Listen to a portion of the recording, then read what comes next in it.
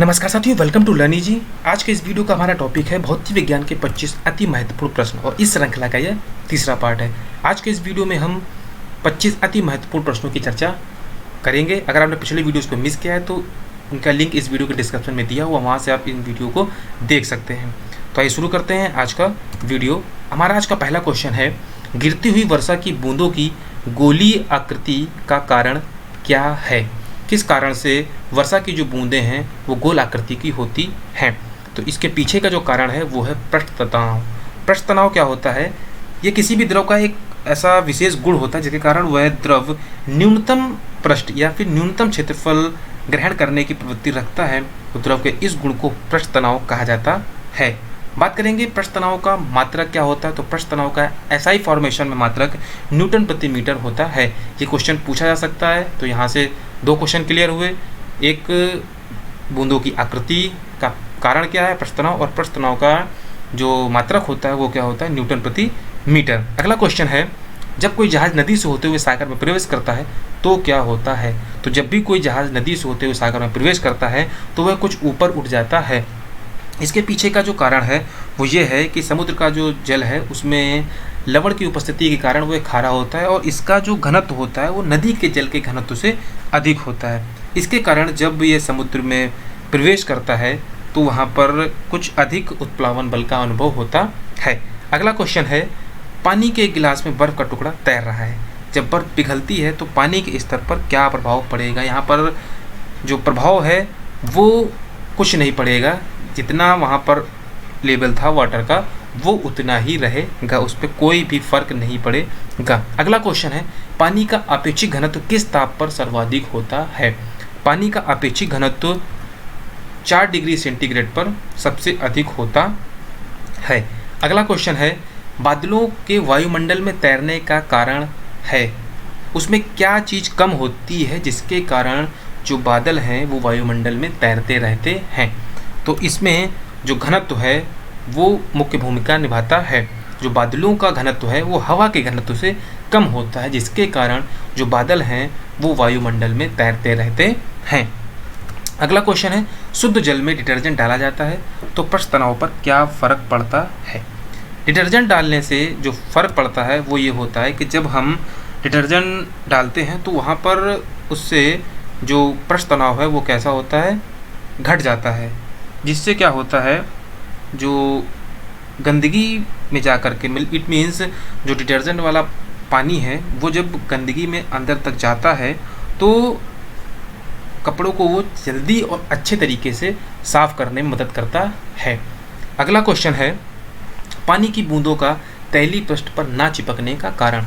जो पानी की बूंदें हैं वो किसी तेलीय पृष्ठ पर, ऑयली पृष्ठ पर नहीं चिपकती है। इसके पीछे का जो रीज़न है वो है वहाँ पर आसंजक बल का अभाव। बात करेंगे यहाँ पर आसंजक बल, तो यहाँ पर जो एक दूसरे में मिलने या फिर एक दूसरे में चिपकने की जो प्रक्रिया होती है वहाँ पर दो बल कार्य करते हैं। कौन कौन से? असंजक बल और ससंजक बल। तो जैसा कि हम जानते हैं कि जो प्रत्येक पदार्थ होता है, कोई भी पदार्थ होता है, उनके ये अणुओं से मिलकर के बने होते हैं जो कि एक दूसरे को आकर्षित करते हैं। जैसे कि चाहे वो ठोस हो, द्रव हो, गैस हो, वो सभी अणुओं से मिलकर के ही बने होते हैं। बस यहाँ पर अंतर ये होता है कि उनके जो अणु होते हैं वो अगर पास पास हैं, बहुत ज़्यादा पास हैं तो वो ठोस हैं, थोड़ा दूर दूर हैं तो वो द्रव हैं, और ज़्यादा दूर दूर हैं तो वो गैस फॉर्मेशन में होते हैं। अब बात करेंगे कि ससंजक और असंजक बल क्या होते हैं। तो जब कोई एक ही पदार्थ हैं, उनके जो अणुओं के मध्य लगने वाला जो आकर्षण बल होता है उसको हम ससंजक बल कहते हैं। लेकिन जो भिन्न भिन्न कोई अलग अलग प्रकार के पदार्थ हैं वहाँ पर जो बल लगता है वहाँ पर कौन सा बल लगता है? आसंजक बल लगता है। तो यहाँ पर बात हो रही पानी की बूंद और तैलीय पृष्ठ, यहाँ पर दो अलग अलग पदार्थ हैं।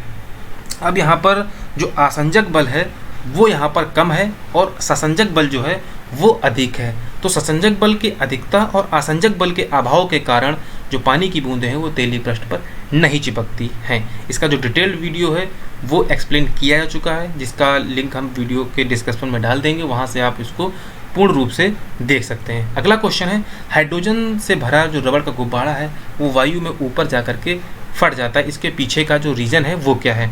तो हाइड्रोजन का जो गुब्बारा होता है, जो भरा हुआ गुब्बारा होता है, वो जब ऊपर जाता है तो वहाँ पर जा कर के वायु दाब कम हो जाता है। तो वायु दाब कम होने के कारण वो जो है फट जाता है। अगला क्वेश्चन है, एक लकड़ी के टुकड़े को पानी के नीचे पकड़ कर रखने पर उस पर कितना उत्प्लावन बल होगा। इट मीन्स यदि हम कोई लकड़ी का जो टुकड़ा है उसको अगर हम पानी में नीचे की ओर ले जाते हैं तो वहाँ पर जो उत्प्लावन बल है वो कितना कार्य करेगा, तो वो लकड़ी के भार के बराबर ही कार्य करेगा। अब बात करते हैं कि उत्प्लावन बल क्या होता है। तो जब हम किसी वस्तु को द्रव में डुबोते हैं, जैसा कि यहाँ पर हमने लकड़ी के टुकड़े को पानी में डुबोया, तो जब हम किसी वस्तु के टुकड़े या फिर किसी वस्तु को हम द्रव में डुबोते हैं या फिर उसको डुबोने का प्रयास करते हैं, जैसे कि अगर उसका जो आयतन है वो ज़्यादा है, इट मीन्स वो हल्की है, वो पानी में नीचे जा करके और ऊपर आने की प्रवृत्ति रखती है, तो वहाँ पर हम उसको डुबा नहीं सकते, सिर्फ डुबाने का प्रयास करेंगे। तो जो द्रव है वो भी ऊपर की ओर एक बल लगाता है, तो जो द्रव द्वारा ऊपर की ओर बल लगाया जाता है उसको ही हम उत्प्लावन बल कहते हैं। तो यहाँ पर जो लकड़ी है वो नीचे की ओर भार लगा रही है और जो द्रव है वो ऊपर की ओर भार लगा रहा है, तो वो कितना भार लगाएगा, वो लकड़ी के भार के बराबर ही बल वापस करेगा, तो उस बल को हम क्या कहते हैं, उत्प्लावन बल कहते हैं। अगला क्वेश्चन है, जब बैरोमीटर का पाठ्यांक एकाएक नीचे गिरता है तो क्या होता है। बैरोमीटर में 3 संभावनाएं होती है। यहाँ पर पहली संभावना है कि जब बैरोमीटर का पाठ्यांक जो उसकी स्केलिंग है वो एकाएक नीचे गिर, अचानक से नीचे गिर जाती है तो क्या होता है। जब एकाएक नीचे गिरती है तो आंधी आने की संभावना रहती है। अब यहीं पर अब बात होती है कि एकाएक ना गिर के वो धीरे धीरे नीचे गिरता है, तो जब धीरे धीरे नीचे गिरता है तब क्या होता है। तो जब बैरोमीटर का पाठ्यांक धीरे धीरे नीचे गिरता है तो वर्षा होने की संभावना होती है। यहाँ पर 2 कंडीशन हो गई कि जब एकाएक नीचे गिरता है तो क्या होता है, तो आंधी आती है, और जब वो धीरे धीरे नीचे गिरता है तो क्या होती है, वर्षा आती है। अब बात करेंगे जब वो धीरे धीरे ऊपर उठेगा, जैसे कि यहाँ पर धीरे धीरे नीचे गिरता है, यदि वो धीरे धीरे ऊपर चढ़ेगा तो क्या होता है, तो वहाँ पर दिन साफ रहता है, वहाँ पर किसी भी तरीके की ना ही आंधी आने की संभावना ना ही वर्षा होने की संभावना होती है। अगला क्वेश्चन है, प्रत्येक गैस आदर्श गैस के समान व्यवहार कब करती है। तो कोई भी गैस है वो आदर्श गैस के समान व्यवहार कब करेगी, जब उसमें जो दाब है वो न्यूनतम होगा और उसका ताप जो है उच्चतम होगा। तो इन दोनों कंडीशन में यदि कोई गैस है तो वो आदर्श गैस के समान व्यवहार करती है। तो यदि हम किसी गैस को न्यूनतम दाब और उच्चतम तापमान पर रखें तो वो गैस एक आदर्श गैस के समान व्यवहार करेगी। अगला क्वेश्चन है, ठोस द्रव व गैस में किस अवस्था में अणुओं के बीच का जो आकर्षण बल है वो सबसे अधिक तथा किसमें सबसे कम होता है।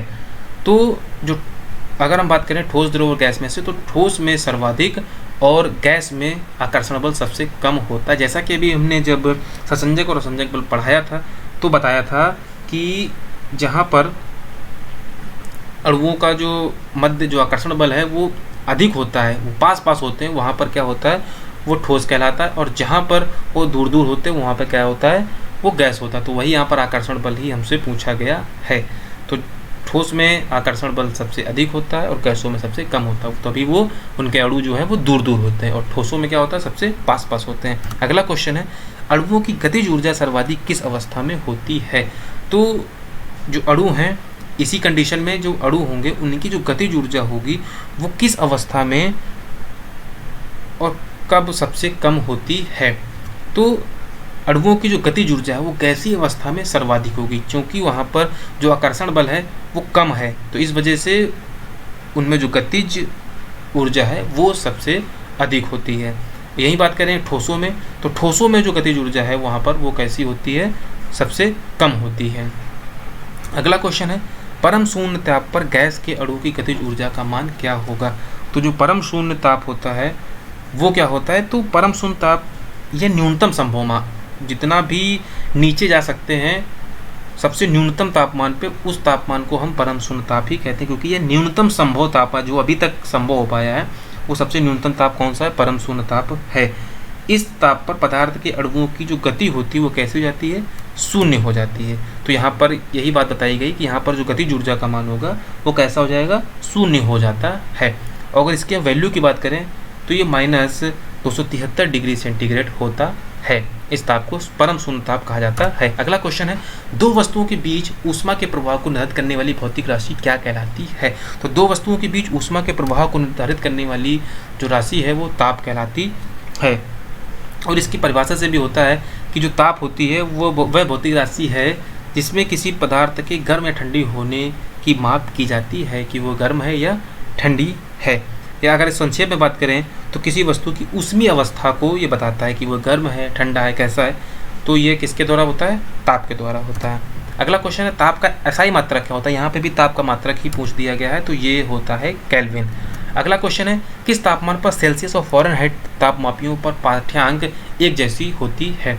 इट मीन्स यदि हम उस टेम्परेचर को सेंटीग्रेड में भी नापें और फ़ारेनहाइट में नापें, दोनों जगह पर वो कैसा होना चाहिए? बराबर होना चाहिए। तो ऐसा है -40 डिग्री सेंटीग्रेड।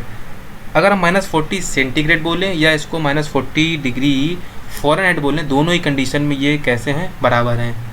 एक फार्मूला होता है, एक जनरल सा फार्मूला है, C/5 = F-32/9। तो इस फार्मूले में अगर हम -40 डिग्री सेंटीग्रेड को रखेंगे तो दोनों ओर की जो वैल्यूएशन है वो कैसी होगी? बराबर आएंगे। जो वैल्यू है वो कैसी होगी? बराबर आएगी। जबकि अन्य किसी भी टेम्परेचर पर ऐसा नहीं होता है। अगला क्वेश्चन है, क्रायोजेनिक किससे संबंधित है? क्रायोजेनिक क्या होता है?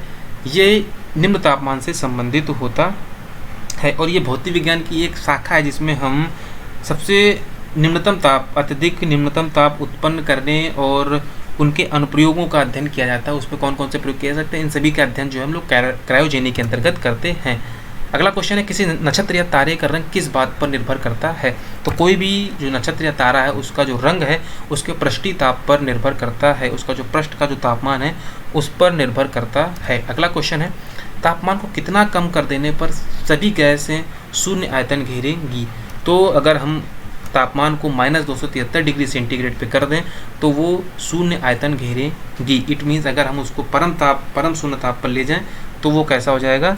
आयतन भी शून्य घेरेगी। अगला क्वेश्चन है, बहता हुआ हिमखंड ऊपर से ना पिघलकर नीचे से क्यों पिघलता है? तो जो हिमखंड समुद्रों में तैरते हैं, जब वो ग्लेशियर से टूटते हैं और समुद्र में बहते हुए पिघलते हैं, तो वो ऊपर की ओर से ना पिघल करके नीचे की ओर से क्यों पिघलते हैं? इसका रीज़न ये है कि जो उसका निचला तल होता है वहाँ पर दाब अधिक होता है। तो जब दाब अधिक होता है तो उनका जो गलनांक है वो कम हो जाता है और वो नीचे की ओर से कम पिघलते हैं।